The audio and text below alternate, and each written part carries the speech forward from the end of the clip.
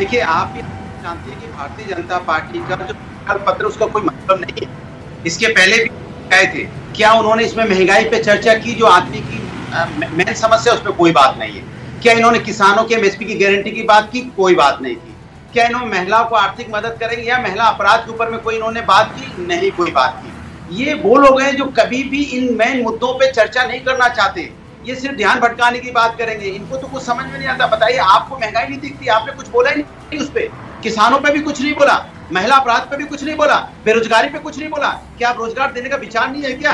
हाँ, आपके यहाँ आप ये जरूर बार बार करते हैं कि हमने 80 करोड़ लोगों को रोजगार दिया है, तो उसको बार बार वादा रिपीट कर देते हैं। मतलब उनको पैरों पे खड़ा नहीं करना है, उनको सिर्फ 5 किलो चावल 5 किलो आटा में जिंदा रखना है। ये आपका रोजगार देने का जो इनका फार्मूला है कि आपको लाइन में लगाना है। लेकिन ये भूल जाते हैं कि एक व्यक्ति में सिर्फ आटा चावल दाल खा के नहीं जी सकता। उसको मेडिकल भी चाहिए होता है, उसकी फीस भी चाहिए होती है, बच्चों को पढ़ाना भी होता है, माँ बाप को भी देखना होता है जो बुजुर्ग हो जाते हैं। इनको उनसे कोई लेना देना नहीं है। हाँ, ये जरूर है, मणिपुर के बारे में कोई बात हो तो बताइए, आपने कोई बात की हो? कोई एक मणिपुर के बारे में बात की हो तो कोई बात नहीं करेंगे। ये लद्दाख के बारे में कोई बात की, कोई बात नहीं करेंगे। इनको मेन समस्या जो जनता की आम समस्या है उस पे इन्होंने कोई जिक्र नहीं किया है और कोई बात नहीं की है। इसलिए घोषणा पत्र लेट लेके आए हैं, अंत में इसलिए लेके आए, इंतजार कर रहे थे और इंतजार करते करते इन्होंने ऐसा घोषणा पत्र लाया है जिसमें जनता के लिए कुछ नहीं है। हाँ, इनको अपने खुश करने के लिए है। इसके पहले हम कहते राम मंदिर बनाया। अरे प्रभु का राम मंदिर भव्य बन रहा है, माननीय सर्वोच्च न्यायालय के आदेश से बनना भी चाहिए, बन भी रहा है। आप क्रेडिट क्यों लेने में लगे हो? फिर आपसे पूछा जाएगा।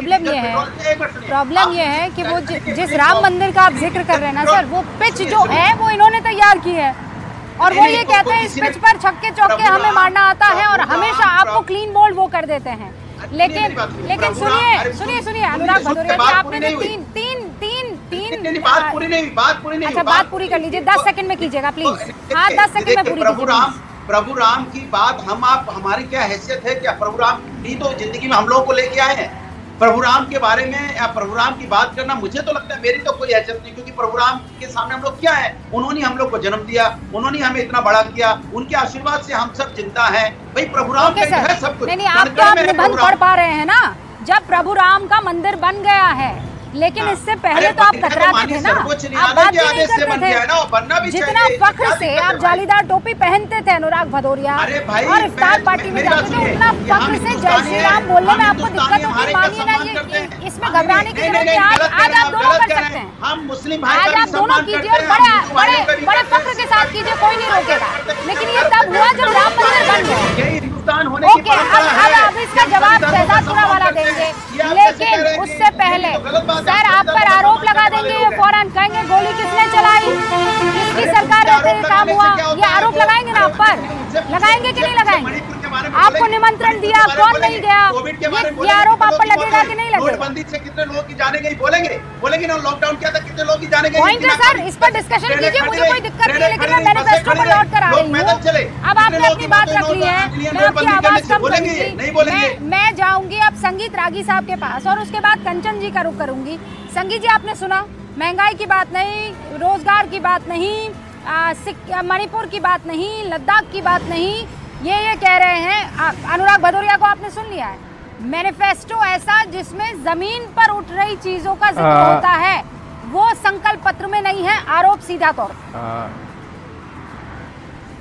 रूबिका, हम एक सोसाइटी में रहते हैं और सोसाइटी में जब काम के बारे में हम लोग बड़ा मैनेजमेंट से खिलाफ रहते थे, तो एक व्यक्ति हमारा उसमें से होता था, उससे पूछा जाता था इसमें कमी क्या है, तो बार बार कहता था ये छिटकिन्नी थोड़ा टेढ़ा है, दूसरी बार कहता था ये कुंडी थोड़ा सा टेढ़ा है। तो हम लोग सोच करके आए कि आदमी की दृष्टि ही इतनी ही है, ये बड़ा सोच नहीं सकता है। कांग्रेस पार्टी और भारतीय विपक्ष की दुर्दशा आज के दिन में यही है कि वो बड़ा सोच ही नहीं सकता है। यदि आप भारतीय जनता पार्टी के यदि आप इस डॉक्यूमेंट को देखेंगे, घोषणा पत्र को देखेंगे, तो आपको इसमें एक नए भारत के संकल्प आपको दृष्टि दिखाई देगी।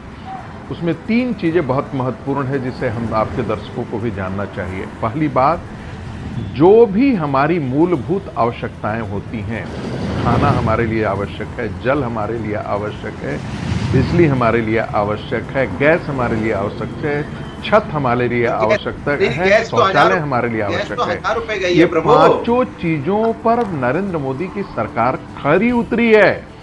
2.8 करोड़ यानी लगभग 3 करोड़ लोगों के घरों तक बिजली पहुंचाई है। एक भैया, यदि आप उनकी योजनाओं को देखेंगे तो प्रधानमंत्री जी ने किसानों को तो सिंचाई मुक्त कर देते हैं कि कोई अपने घोषणा पत्र में ऑडिट भी अपना करे, अपना बताए कि हमने क्या अचीव किया और हमारे आगे का संकल्प क्या है। और इस आगे के संकल्प में सिर्फ इतनी बात नहीं है रूबिका जी कि 5 साल में हम क्या करने वाले हैं। हम इस देश को 247 तक ले जाने वाले कहां हैं, एक भारत को हम कैसा भारत बनाने वाले हैं, उस दृष्टि से कोई भी दुनिया की इकोनॉमी ट्रेडिंग इकोनॉमी से बाहर हट नहीं है जब तक उसका मैन्युफैक्चरिंग सेक्टर। आप ये कह रहे हैं कि एक विजन दिखाने की कोशिश है, ठीक है। कंचन जी यहाँ पर मौजूद है, आरजेडी की राष्ट्रीय प्रवक्ता है कंचन जी। संगीत रागी, ओके संगीत जी 1 सेकंड रुक जाइए।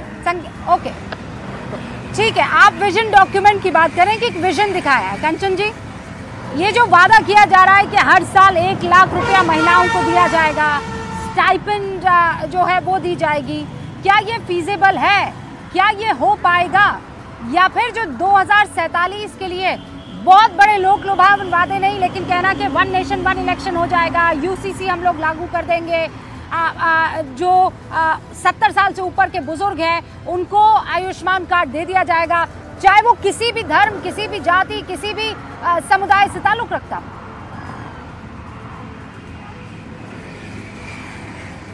आगे से दोनों लोगों से पूछना, घोषणा पत्र आया है मोदी की गारंटी नाम से, ये घोषणा पत्र किसका है? एनडीए का है कि बीजेपी का है कि अकेले प्रधानमंत्री नरेंद्र मोदी जी का है? क्योंकि इतने इतिहास में 17 बार लोकसभा चुनाव हुए हैं, 18वीं बार हुआ है, आज तक रिकॉर्ड रहा है कि कभी भी किसी भी व्यक्ति के नाम से घोषणा पत्र नहीं आया है। तो मोदी जी के नाम से आया है तो ये भी कंफर्म कर दे कि ये एनडीए का है या नहीं है। अगर ये एनडीए का है तो मैं पूछना चाह रही हूँ कि जनता दल यूनाइटेड जदयू का एक था कि बिहार को विशेष राज्य का दर्जा मिले, जब तक हमारे साथ थे उनकी मांग थी, अभी क्या है मैं नहीं जानती, लेकिन ये घोषणा पत्र में मोदी की गारंटी घोषणा पत्र में यह जिक्र नहीं है कि बिहार को विशेष राज्य का दर्जा मिलेगा या नहीं मिलेगा। और इसके अलावा पार्टी हो, जीतन राम मांझी की हो, प्रकाश राजभर की हो, जिसकी भी हो, सबका जातिगत जनगणना। कंचन जी मैं सवाल पूछ लेती हूँ शहजादपुरा वाला से, लेकिन ये जो न्याय पत्र आया है ये कांग्रेस का न्याय पत्र है या इंडिया गठबंधन का न्याय पत्र है? हमने आपको कह दिया, क्योंकि बिहार को कुछ स्पेसिफिक जो जरूरतें हैं, बिहार की जो मांग है उसको लेकर आरजेडी ने एक घोषणा पत्र निकाला जिसका नाम है परिवर्तन पत्र, जिसमें मोस्टली बातें वही कही गई है जो कांग्रेस। परिवर्तन पत्र तो मैं जान गई हूँ, लेकिन क्या